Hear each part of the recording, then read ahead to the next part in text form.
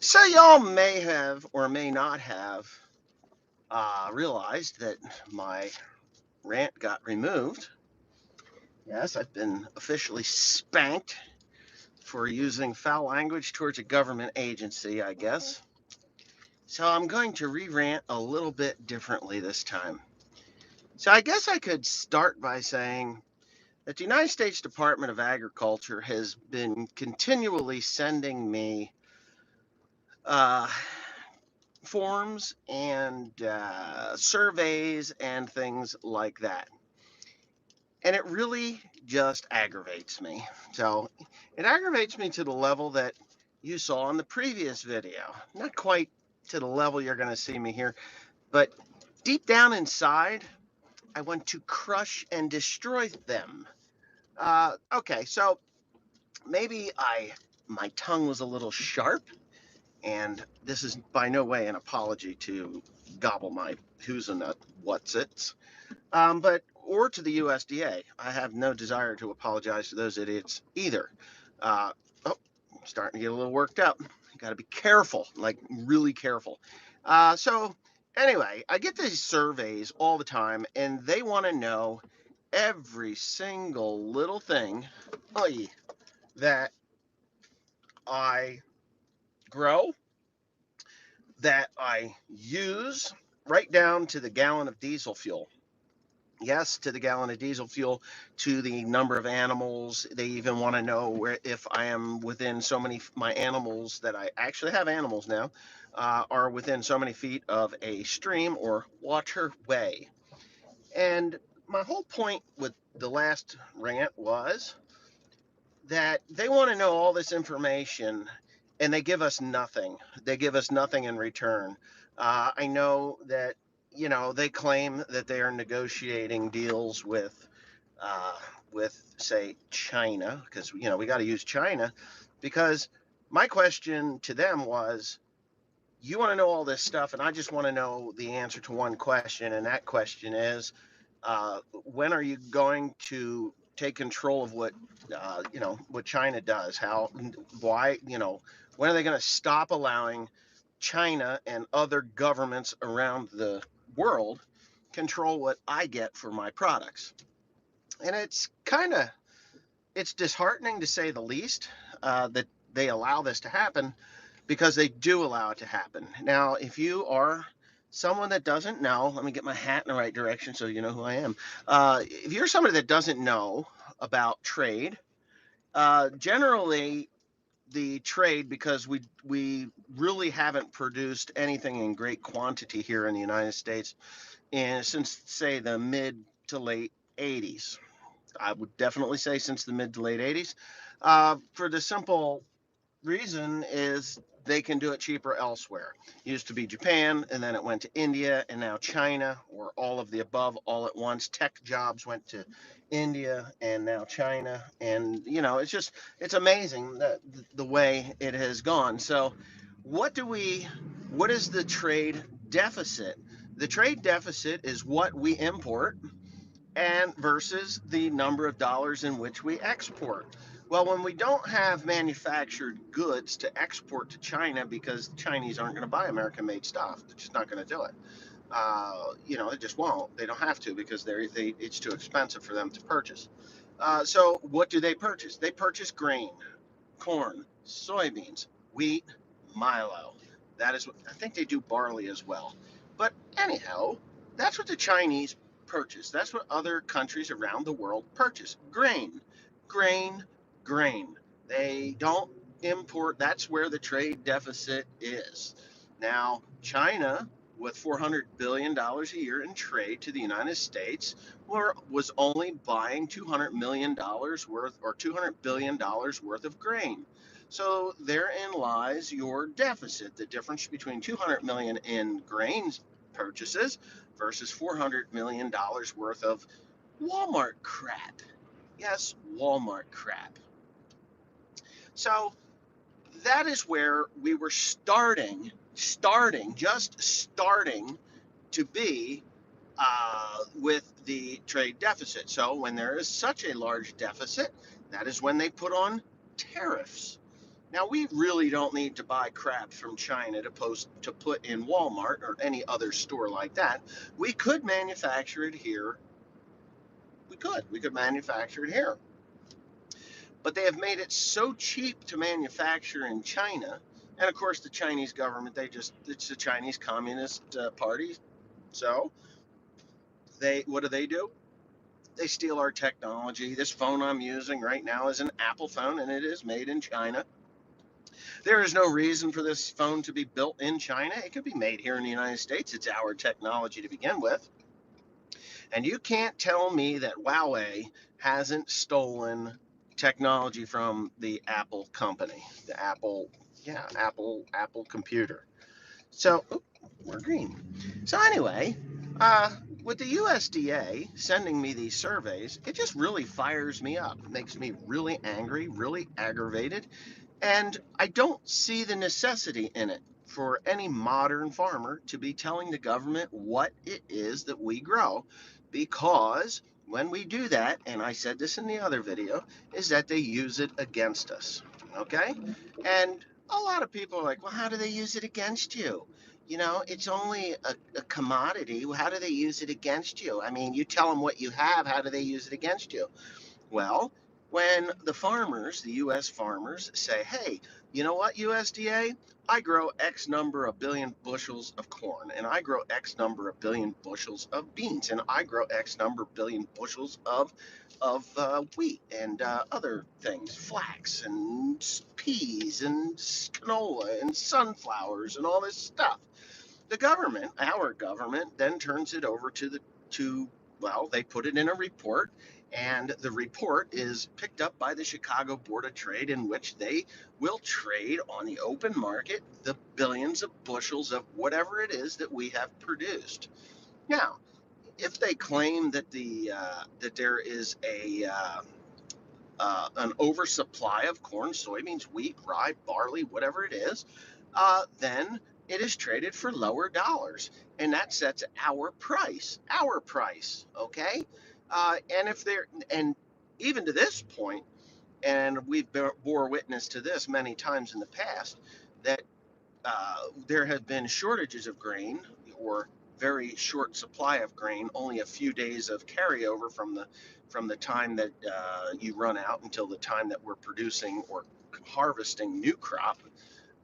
Those that it really made no effect on the open market to us, because we didn't have any leaders in Washington that were worth their weight in salt to you know, to actually force these governments that are hauling in huge amounts of garbage, Walmart toys and shit. Our clothes are not even made here. Can you believe this? There's barely any textile left in the United States. We used to be a textile giant. We made the cloth that made the clothes for the world because we produced more cotton than anybody else. So, anyway, we've been sold out. And that's what it boils down to. We've been sold out. I will not fill out those surveys. And I have actually gotten phone calls by the United States Department of Agriculture, and they threatened me under penalty of law if I did not fill out the census, the ag census. And my response was, I'll be here, I'll be waiting for the FBI to come. And that's it. I am not filling this thing out. And her response was, well, we don't actually send the FBI. It would just be really good if you filled this out. So, empty threats, and it's really not right what they've done. So, empty threats really aggravate me. Because you know what? If you're going to threaten me with the FBI, I'm here with my camera. I'll wait for the FBI to show up. And I've had these people come to the farm. And the last time they came to the farm, I asked them politely to leave. I am not filling out your form. I am not in any way obligated by law to fill out your form. And of course, they left. They left. And yet they still come and they still annoy me. And it's just whatever. So I grew corn this year for the first time in 5 years. I have beef animals. I don't know if you saw them, but they're there. The beef cows are there. There's 4 of them. I bought them off of my friend, Mr. Walker. And I am not reporting them. there's no reason for me to report them, because you know what?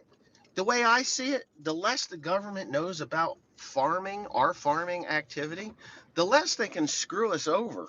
Now, and it's true, they're just going to screw you over. It doesn't. It's bullshit. It really is bullshit. And the reason I say they screwing us over, because I was in the milk business years ago, and about towards the end of our career. Wow, Mr. E30 499. Thank you, sir. Uh, in the milk business, the the in the milk business, there is a law, and it is a federal law, that the farm income directly, the milk, it was hooked directly to milk, and it pertained to input costs versus the purchase price of our milk. And at that time it was like $18 a hundred for milk. All right, and I was done with it. I was tired. um I don't need a beef subsidy. I'm not dealing with the government. They can kiss my butt, because I'm not doing it. I'm not going to deal with them anymore. So you made me lose my train of thought here. I'm not going to even, yeah. Anyway, the with the milk check, there was supposed to be like this fair wage. And right now, the middleman is making an astronomical amount of money, whereas the farmer, the dairyman, what are you guys getting? I mean, how much money is the dairy getting right now? I mean, per hundred for milk. I mean, we're getting over $18, and we've been out of the milk business for 9 years, almost 12, almost 10 years. We quit in 2011, and that was the end of it. I don't ever care to have dairy cows again because of the lack of money. There's just no money in it. You can't buy equipment with what they're getting paid. You have to be milking 20,000 cows, and then, employ 50 people to take care of these cows, full-time vet and all this stuff, which is insane. The small dairyman, yeah, the prices are about the same price it was in the 70s. All right, fuel price, equipment costs alone. Oh, and regulations. The regulations are just what choke you to death. The regulations that we were having to put here. Well, right. The trucking was paid for. We used to get a premium when my parents were young. They offered a premium if you put in a bulk tank instead of the cans, the creamery cans. So that went away. And then I remember when the trucking was free, they paid for the trucking. And then they started with trucking, and it was like, $150 a month for trucking. When we were done milking cows, it was $800 a month to truck that milk into, so they would pick up our milk. We had to pay the trucking to pick up the milk to go to their creamery so they could make astronomical amounts of money on it. So it was really lopsided and wrong, and that's why we got out of it. So the government never helped us, because the USDA, yes, the USDA set the price, um, set the price for the farmer to get. So when the price of milk goes up, it goes up really quick in the store, right? So people are like, wow, I got to pay $4 or $5 a gallon for milk, right? And then if the price drops back down to the farmer, and he's only getting $12 a hundred. But but yes, $12 a 100 pounds. If you don't know how they buy milk, they buy it by the hundred weight, and there's 8 pounds in a gallon. So if you get $12 a hundred for your milk, and they're charging that $3.50 to $4.50 a gallon for milk, um, in the store, then you know 3 gallons pays for the rest of it. The processing fees. Oh, and then they separate it all out. They take the butter fat out, and butter fat is sold for way more than what you got any idea. Ice cream. You ever wonder how expensive ice cream is? You sell your beef to the local butcher. Yeah, I would do that too. I was thinking about getting 200 head and cycling them out of here, like one every other week, uh, you know, on a rotation. But I decided I don't need to deal with animals anymore over this government. So anyway, the reason I'm making this video is because of the last video. I was off the rails, too much cursing. YouTube didn't like it. got a strike for it. They took it down, and that's it.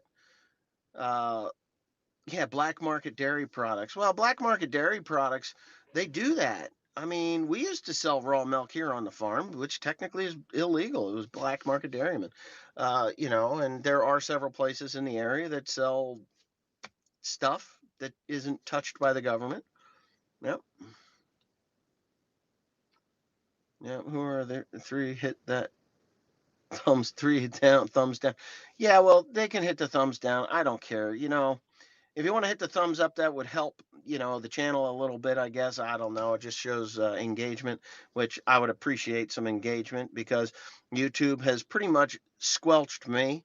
Earlier, I think in a video that I did on Instagram, I was talking about how I had gotten like 700 new subscribers last month, and then yesterday I looked at my analytics, and there was a huge purge of subscribers. So there you go. There you go. Anyway, whatever. Don't tell the government anything. I know there's a lot of people. They're not going to not do it. They're going to do it anyway because the government dangles that dollar bill in front of them, and that's the stupid thing. Come in and report, and we'll pay you your DCP and all this stuff, and then you got to do this, that, and the other thing. Well, it's bullshit. It's bullshit. You're going to waste your time running into that office so they can dangle a couple of dollars in front of you when the fact of the matter is they're cutting you off at the knees when they file those reports. All the data that's collected goes in, and the investors get a hold of it, and that's what they're buying and selling on the open market. And none of this grain ever even changes hands. It doesn't. I got purged too. It's fun. Doesn't that piss you off? No, I mean, you work at this YouTube thing and then they purge you, and it just puts me right into the same thing. YouTube is like farming. That's why I can handle it so well. Is because it's like, oh, here's a free place to put your and we'll pay you to put your videos, and you can express yourself there, and you say anything about the election, and bam, they cut your legs off. Bam, they pull money out of it, and it's like, whatever. These cameras aren't cheap. These things, I got these stupid things. I don't even like GoPro, but that's it. Um, yeah, buy locally sourced yeah, I'm gonna kill my own animals. They're right there. So they're right there. I have four of them. So socialism at its finest. Well, right. So they bait these farmers in to promise of some money, and everybody likes money. I mean, yeah, this basically was your payment. But I'd rather make money on the grain that I produce versus having to make money on the government to make up for what they took away from me by, filling out these reports. And I mean, I get the reason why they want to do it, why they need to know, because it's a bargaining chip. Oh yeah, China, you want to bring $400 billion worth of crap to sell at Walmart? Sure, no problem. We got corn, soybeans, wheat. You got to buy that. And that's another farce of the thing too, because if China cancels an order and says, well, we're not going to buy it from the United States, we're going to buy it from Brazil. Well, Brazil doesn't produce it. Their stuff is already sold. I think Russia buys a lot of Brazil's stuff.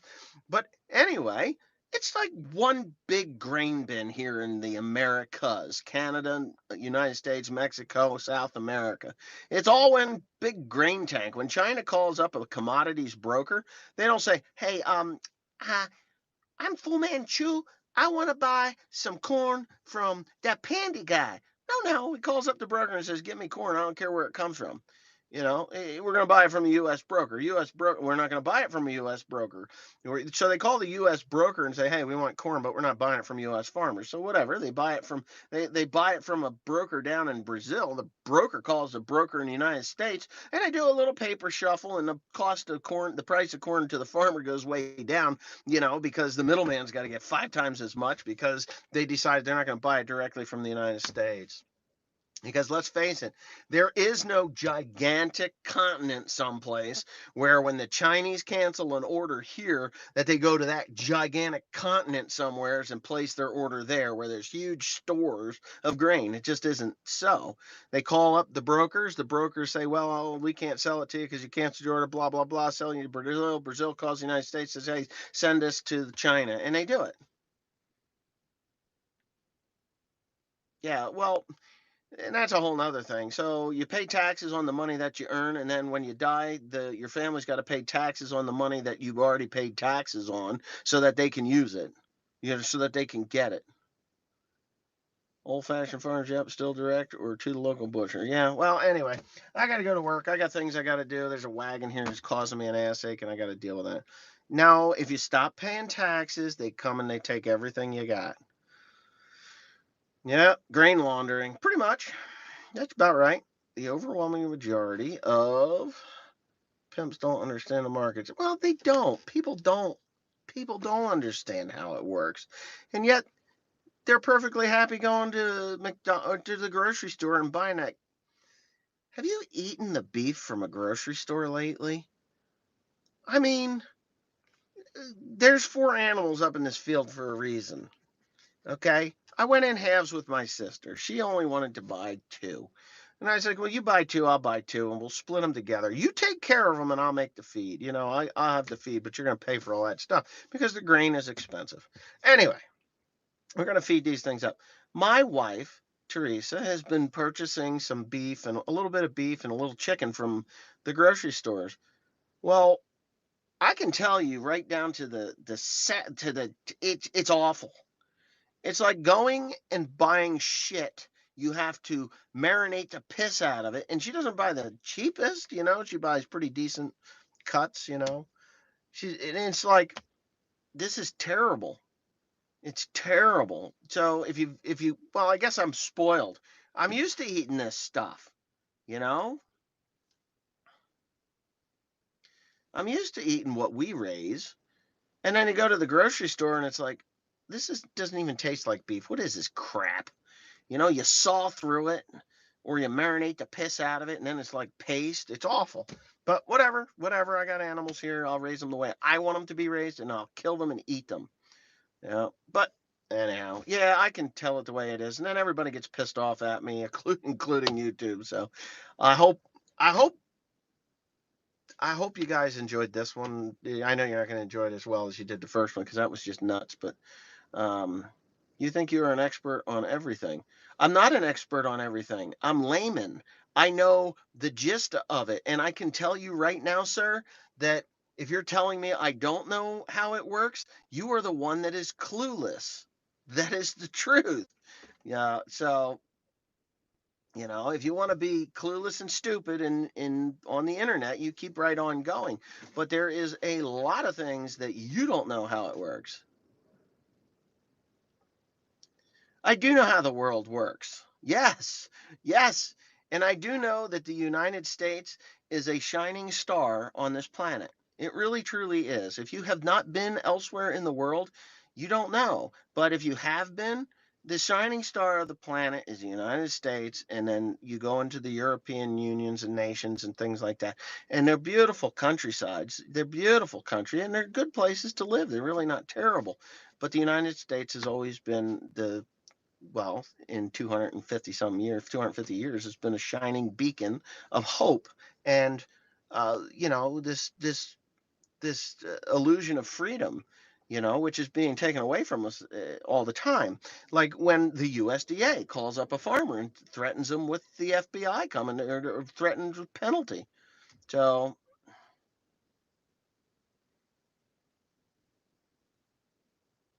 yeah, just but threaten the American farmer with penalty of not perjury, but with the penalty basically for not filling out the census. And when I called them on it, they're like, "Well, we don't actually do that." Well, then kiss my ass, kiss my ass. If you don't actually do it, then don't threaten people. Do it. I'll be here with my camera. And the FBI shows up and says, "Mr. Pandy, you either need to fill out the survey or we're going to haul you off to federal prison." Well, wouldn't that be a case for Giuliani, right? Anyway, same here in the Netherlands. I got to go to work. I got to fix my dad's wagon, get that done. So you're going to have a video tomorrow, though, because I got things I've got filmed. And I don't know anything either, so there you go. What do I think about the European mower 3-point hitch? Well, I've used one. I had one on a 7930 back in 2008. Underpowered tractor, and the damage I did to that machine doing my job in a matter of 4 days worth of work, it wasn't worth anything. Yeah, they can kiss my ass too. Anyways, have a nice one.